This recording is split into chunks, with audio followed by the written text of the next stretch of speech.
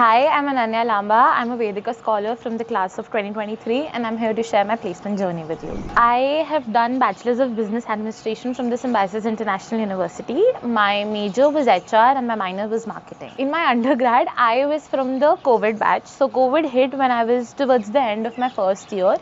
The second year was whole pandemic. We were staying at home and that's when I came across liberal arts.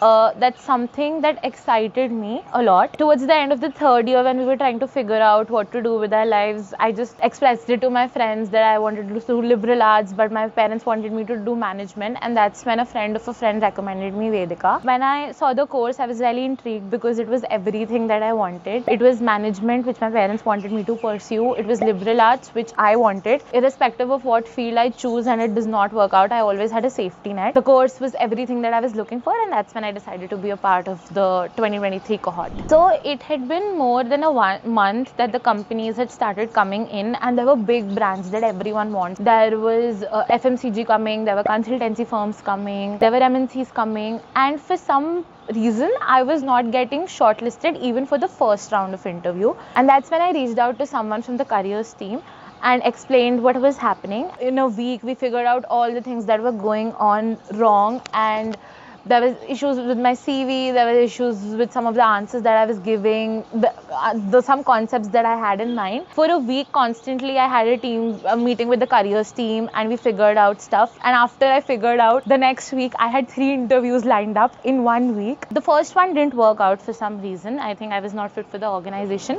For this, I got really disheartened when again the first one didn't work out because I could see all of my friends getting placed. For the second one, I just went home, I locked myself in my room and studied everything that I could about the particular organization, about any article that I could pull up, about the industry. Went ahead, gave my interview on Monday. It was more of like a conversational thing. So the articles that I did pull up were really helpful to me.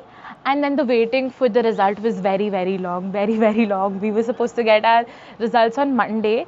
We got it on Thursday, and I had given up the hope that I was going to get in, but I think it worked out pretty well for me as well as the organization. It was Thursday, and after a long day of classes, I was just in my room. I didn't know where my phone was, somewhere in my room, and I was just watching Netflix on my laptop. I am one of the youngest in the batch, which automatically says that I'm one of the most notorious ones. At one point, I just heard someone screaming my name on the top of their voice. I lived on the first floor. The person screaming my name lived on the 5th floor. And my head automatically went to, what did I do wrong this time? What trouble did I get myself into? That's when my phone started buzzing. It was flooding with messages and calls, and I could not figure out what was happening. I picked up one call, and my friend on the other hand just started shouting, you got in, and I did not understand what was happening. Till the time the people shouting on the 5th floor came to the 1st floor, I figured out what was happening. And we all just started shouting, yelling, that excitement noise that everyone makes. So I video called my parents at that point of time, and they had a very chill reaction. We knew you were going to get in, and I was like, give some reaction. It's a very big news. So yeah, that's what the reaction was of me and my parents and my friends. So I am currently placed with CLIX Capital, and I'm under the management training program. Currently, I'm working in product, specifically in co-lending. So an NBFC is basically a non-banking financial company where we cannot take deposits, but what the company's basic working is, we can give out loans. And that's what we do. I'm currently working in the co-lending segment where some cases which have very big amounts, we tend to share its load with other banks as well. To a layman, what I do is I maintain a relationship between CLIX Capital and our partner banks, figure out which particular loans do we have to co-lend with them, which particular loans do we need to partner with them, figuring out what loans they are, what interest rate is going to go, what tenure is going to go, closing on an amount. That's how a day generally looks. One thing that people do not know about the Vedica community is that once a scholar, always a scholar. I graduated in Jan, and I cannot count on my fingers the amount of times I reached out to other scholars or to the team for help, and they responded within minutes. I have got in touch with my TAs when I needed something. I've got in touch with the careers team whenever I needed help of how to handle a situation at work. I've got in touch with some of my professors, finance professors, when I needed to understand a particular thing. You're always part of the community. I did not feel that once I graduated from my undergrad, I did not feel that sense of community. But in Vedica, there is always that sense of community, and you will always be a scholar. You will always be that child. Everyone can just hold their worlds, whatever is going on in their lives, to just help you out with what you need and guide you. So that's something that will always be special about Vedica. My biggest learning at Vedica is everyone has their stories and everyone has their struggle. Vedica community has a lot of diversity, Diversity in sense of the region where they come from, and diversity in sense of their educational background that they come from. I've met so many incredible people which I would not have met otherwise in life. Everyone talks about the job, the placement, the education. One thing that I got at Vedica that I'm pretty sure I wouldn't have gotten anywhere else is the exposure I got. I was part of multiple YouTube videos, multiple marketing videos. I was a part of a film that Vedica did. I was a part of a play. I was a part of a news channel. I was a part of a lot of things, a lot of extracurricular things, organizing things from the scratch. These are experiences that you generally do not get somewhere else, especially a post-graduation program, because everyone is so indulged in studies. That's something that I got at Vedica, the intangible assets, and I feel like it gave me a lot of confidence to not be camera conscious at all, to speak my mind out and to share the experiences that I have. It made me feel valued at a point of time, that there's a story that I can share. That is the biggest that is the biggest intangible asset I got at Vedica, and the values, confidence, knowing my worth.